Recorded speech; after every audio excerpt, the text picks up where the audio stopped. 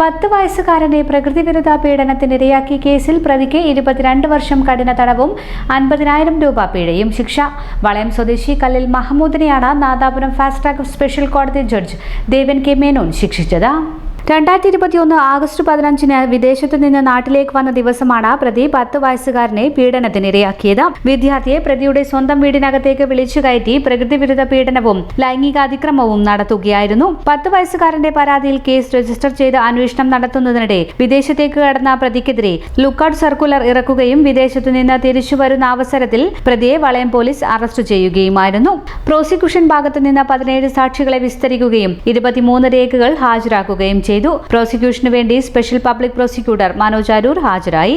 വളയം inspector A അജീഷാണ് case അന്വേഷണം നടത്തി കുറ്റപത്രം സമർപ്പിച്ചത്.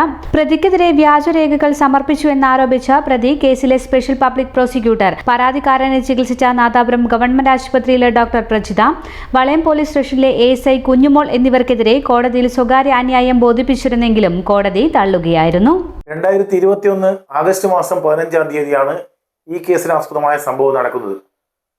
10 വയസ്സുള്ള കുട്ടി സ്കൂളിൽ സ്വാതന്ത്ര്യ ദിനാഘോഷത്തിന് പങ്കെടുക്കാനായി പോകവേ കേസിലെ പ്രതി വീട്ടിനകത്തേക്ക് കൂട്ടിക്കൊണ്ടുപോയി ലൈംഗിക അതിക്രമത്തിനും പ്രകൃതി വിരുദ്ധ പീഡനത്തിനും ഇരയാക്കുകയായിരുന്നു.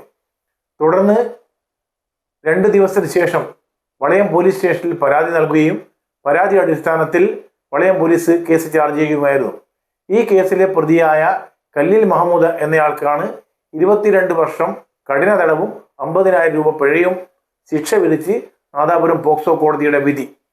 ഈ ശിക്ഷാവിധിയെ തുടർന്ന് പിഴയടക്കുന്ന തുക ഈ കേസിലെ പരാതിക്കാരൻ നൽകാനും അതോടൊപ്പം തന്നെ കൂടുതൽ നഷ്ടപരിഹാരത്തിനായി ലീഗൽ സർവീസ് അതോറിറ്റിക്ക് കോടതി നിർദ്ദേശം നൽകുകയുണ്ടായി.